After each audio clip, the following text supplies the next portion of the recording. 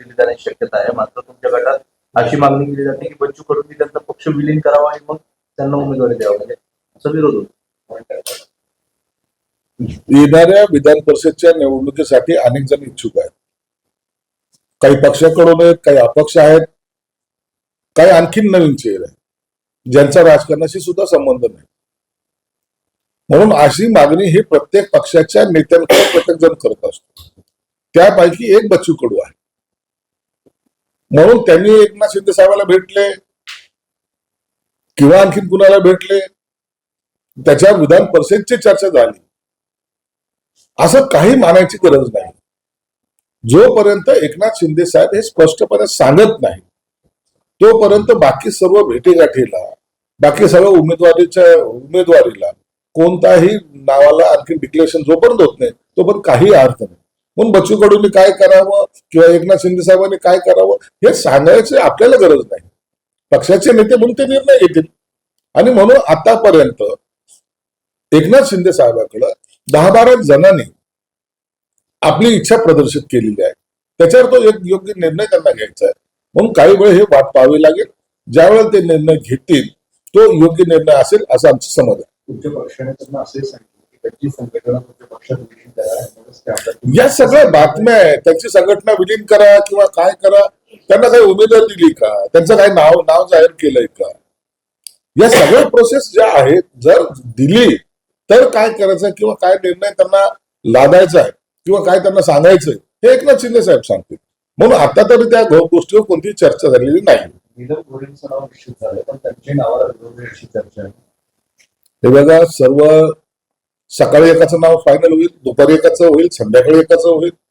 या सगळ्या ज्या बातम्या आहेत जोपर्यंत शिंदे साहेब अधिकृतपणे नाव जाहीर करत नाहीत तोपर्यंत ही सर्व नावाची चर्चा चालू राहणार आहे.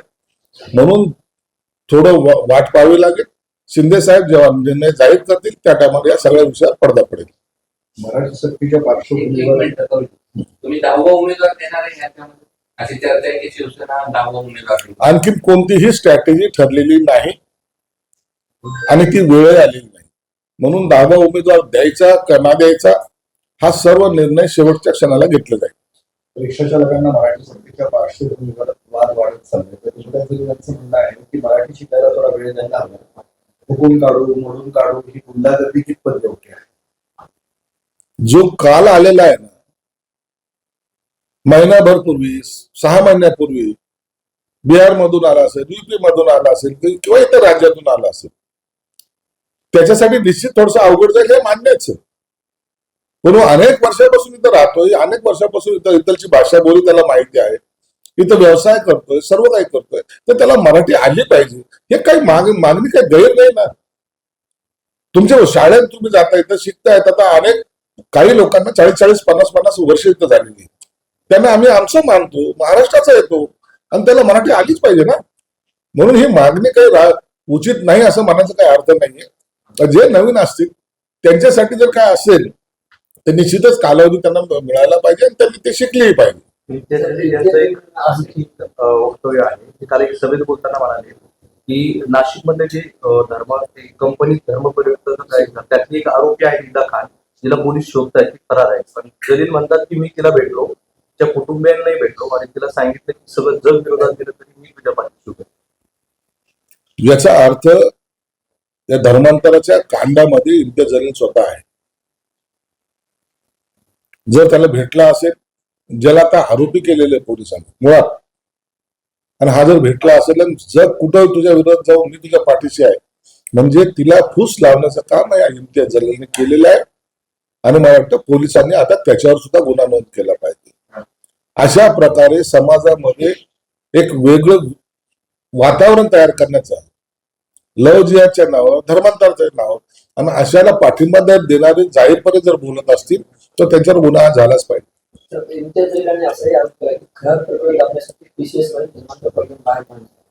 अरे धर्मांतर वेगळं आहे, खरा वेगळा आहे. कोणतं प्रकरण दाबायचं, कोणतं प्रकरण काढायचं याच्यासाठी सरकार काही खेळ खेळत बसलेले नाहीये. असे जेही प्रकार घडतील त्याच्यावर त्यांच्यावर कारवाई निश्चित केली जाईल. खरंच आहे गेली 40 वर्ष, आता 40 दिवसापासून जेलमध्ये, कित्येक वर्ष राहिले तर सांगता येत नाही. आणि रोज त्याच्यावर नवीन नवीन गुन्हे दाखल होत आहेत. 7वा गुन्हा दाखल झालेला. अशा कोणत्याही मनोवृत्तीला कोणत्याही समाजाचा असेल त्याला सरकार माफ करणार नाही. तस मराठी सक्तीच्या निर्णयाविरोधात ते शशांकराव आक्रमक झाले ते आता गोरेगावमध्ये एक सभा होती. याच पार्श्वभूमीवर प्रताप सरनाईकांनी तरतुदीसाठी आता बंधका उभारण्यास सुरुवात केली आहे. दबाव वाढत चाललाय सरकार.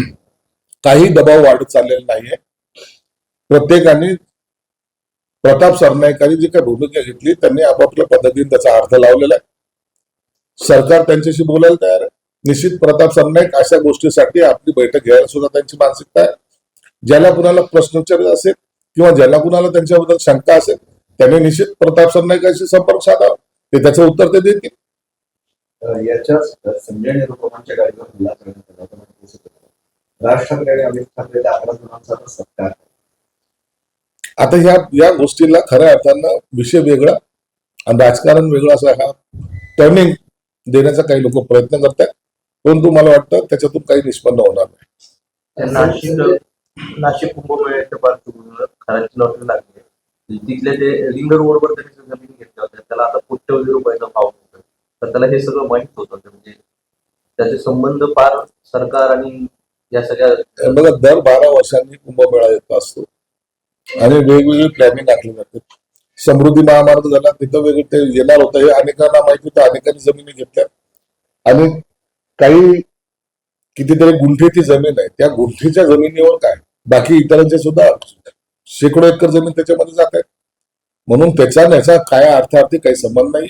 असेल जमीन निश्चित त्याला बेनिफिट मिळेल आणि त्याच्यासाठी जर त्याने केलं असेल तर ते मला वाटतं व्यवसाय आणि हे भोंदूगिरी हा वेगळा प्रकार आहे. लाडक्या बहिणीला 30 एप्रिल पर्यंत केवायसी करण्याची मुदत दिली आहे सरकारने आणि अजूनही 26 लाख बहिणींनी केवायसी केली नाही. ते सगळे बाहेर करू शकतात. केवायसी करावं यासाठी विभागाच्या मंत्र्यांनी सुद्धा आणि अधिकाऱ्यांनी दरवेळेला परिपत्रक काढले. दरवेळेला त्याला मुदतवाढ दिली. काही वेळेला काही महिला भगिनी अनपढ असतात, शिकलेल्या नसतात, त्यांना अडचणी येऊ शकते. काहींना आणखी त्याच्याबद्दलची माहिती नसते. अशा सर्व गोष्टी लक्षात घेऊन सरकारने दरवेळेला आता जवळपास इतके 1.5-2 वर्षांनंतर सुद्धा त्या केवायसी करण्यासाठी मुदतवाढ देत आलेल्या आहे. आताही मुदतवाढ दिलेली कारण त्याचा गैरफायदा कोणी घेऊ नये हे त्याच्या मागचा उद्देश आहे. मला वाटतं या सगळ्या लाडक्या बहिणीने केवायसी करून घ्यावी आणि आपल्याला त्या लाभापासून वंचित ठेवू नये ही सरकारची भूमिका आहे. सरकार त्या पद्धतीने पावलं टाकतं. म्हणजे संजय गायकवाडांविरोधात जोरदार आंदोलन सुरू आहे. आजही कोल्हापूरमध्ये आंदोलन पेटलेलं आहे. कारण मुख्यमंत्री म्हणाले की एखाद्या आमदारांना असं 40-50 लक्ष योग्य नाही आहे.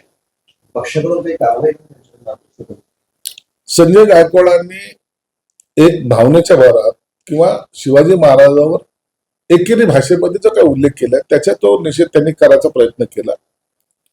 त्यांनी हेही सांगितलं की मी पुस्तक वाचलं नाही परंतु शिवाजी महाराजांचा एकेरी उल्लेख करू नये ही त्याची भावनिक ही ती साध होती. परंतु ते मांडताना त्यांनी ते चुकीचं मांडलं गेलं हे मान्यच करावं लागेल. त्याच्यासाठी एकनाथ शिंदे साहेबांनी त्यांना समजही दिलेली आहे आणि संजय गायकवाडांनी माफी मागितली. म्हणून आता हा विषय तिथं संपला पाहिजे आणि त्याच्यावर आता पुन्हा भाष्य करून तोच विषय समोर आणणं मला वाटतं उचित नाही. युद्धाच्या पार्श्वभूमीवर खत टंचाई आहे आणि अशात आता सगळे खत विक्रेते बेमुदत संपावर गेलेले आहेत. आता शेतकरी या काळात खत जिथं भरून ठेवतात अंगणामध्ये त्यांची अनुमती भूमिकावर टीका होते की अशा वेळेस त्यांनी नाही खत टंचाई असायला काही कारण नाही. खत टंचाई हे काही बाहेरून आपण काय खत मागवत नसतं इथं स्थानिकच खत निर्मिती होत असते. म्हणून अशा वेळेला काही लोक युद्धाचं नाव घेऊन जो काळा बाजार करतात त्याच्यावर आता शासनाने कडक पावलं उचलली पाहिजे आणि त्याच्यावर कारवाई केली पाहिजे. संजय राऊत असं म्हणतात की शिंदेमुळे महान आहे तिथे देवेंद्र फडणवीसांना अडचणी टाकण्यासाठी भाजपाची मदत करू शकते. संजय राऊतला याची जाणीव झाली त्याबद्दल त्याचे आम्ही आभारी आहोत. आम्ही किती महान आहोत त्याची जाणीव तुम्हाला झाली नाही आणि भविष्यात सुद्धा आणखीन जर तुम्हाला जाणीव झाली नसेल तर काही काळामध्ये आणखीन एकदा तुम्हाला आम्ही जाणीव करू. धमक असते असं म्हणजे असावी लागते. राजकारणामध्ये फक्त बोल गेवढेपणा करून किंवा एकमेकाचे चपला उचलून राजकारणात पुढे जाता येत नाही. त्यासाठी स्वतःची म्हणजे कॅपॅसिटी आणि तुमचं असलेलं अस्तित्व तुम्हाला सिद्ध करावं लागतं. म्हणून एकनाथ शिंदे साहेबांनी काही असेल एक आपलं अस्तित्व सिद्ध करण्यासाठी जे काही उठाव केला तो अख्ख्या देशाने नाही जगाने पाहिलेला आहे. राज्य शासनाने भोंदू बाबांना राज्यात कार्यक्रम घेण्याची बंदी घालली असं छत्रपती संभाजीराजे भोसले. भोंदू बाबा हे प्रकरण उघड झाल्यानंतर आपण त्यांना भोंदू म्हणतो. खऱ्या अर्थानं या भोंदू बाबांच्या सुळसुळाट हा गावापासून गावखेड्यापासून ते शहरापर्यंत आहे. परंतु भावनिक करणे, त्यांना काहीतरी अडचणी सोडवतो असं दाखवणे, एखाद्या देवाचा मी अवतार आहे असं भासवणे, असे जे काही प्रकार करतात त्या प्रकाराला शासनाकडून अनेक योजना आहेत ही भोंदूगिरी बंद करण्यासाठी.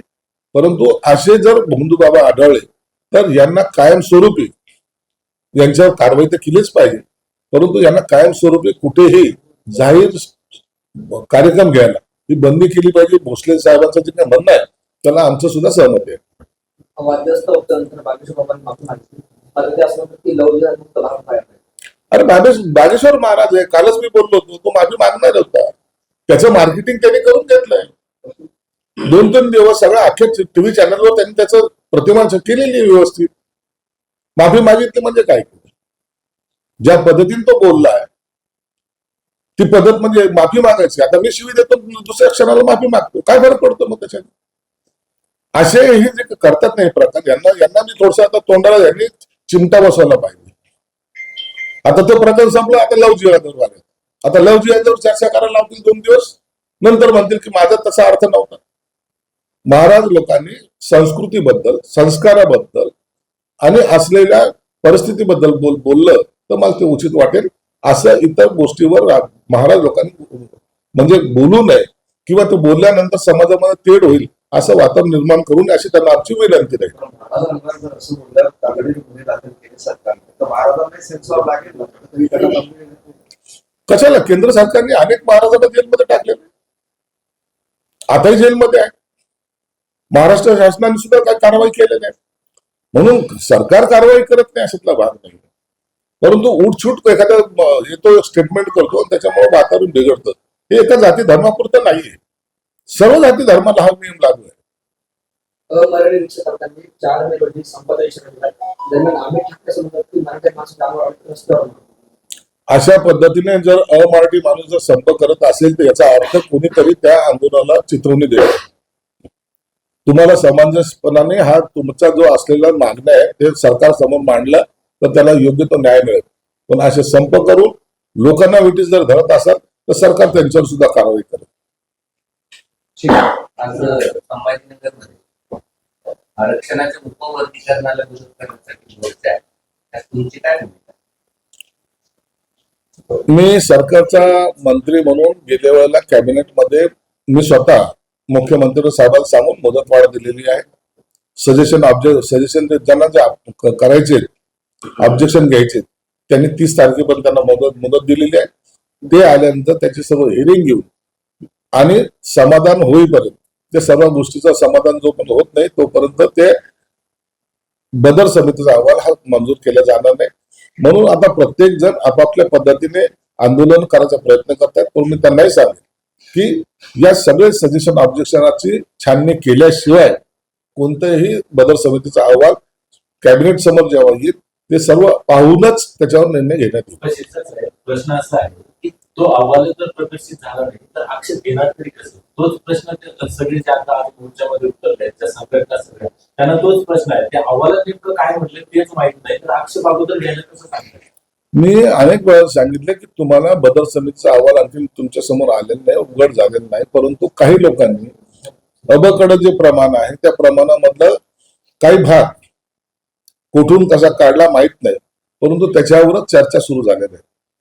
म्हणून त्यांना काय कसं आरक्षण असलं पाहिजे असं जरी त्यांनी त्यांचं मत व्यक्त केलं तर त्याचा विचार सरकार नक्की करेल. शहरामध्ये असलेले 3 बाजार बंद होऊ नये म्हणून माजी विपक्षी नेते आज आंदोलन करतायत. कसं वाटतं? काय बंद होऊ नये? बाजार जे शहरामध्ये 3 बाजार बंद करावा अशी कॉर्पोरेशनची इच्छा नाहीये, परंतु बाजाराच्या नावाखाली लोकांना त्रास होऊ नये ही कॉर्पोरेशनच्या म्हणजे प्रशासनाची इच्छा आहे. म्हणून सर्वसाधारण सभेमध्ये सुद्धा सर्व ते नगरसेवक असतील, महापौर असतील, यांनी सर्वांनी एकमुखी मागणी केली लोकांच्या त्रासासाठी बाजार नसतो तर लोकांच्या हितासाठी बाजार असतो याची जाणीव त्यांनी ठेवली पाहिजे.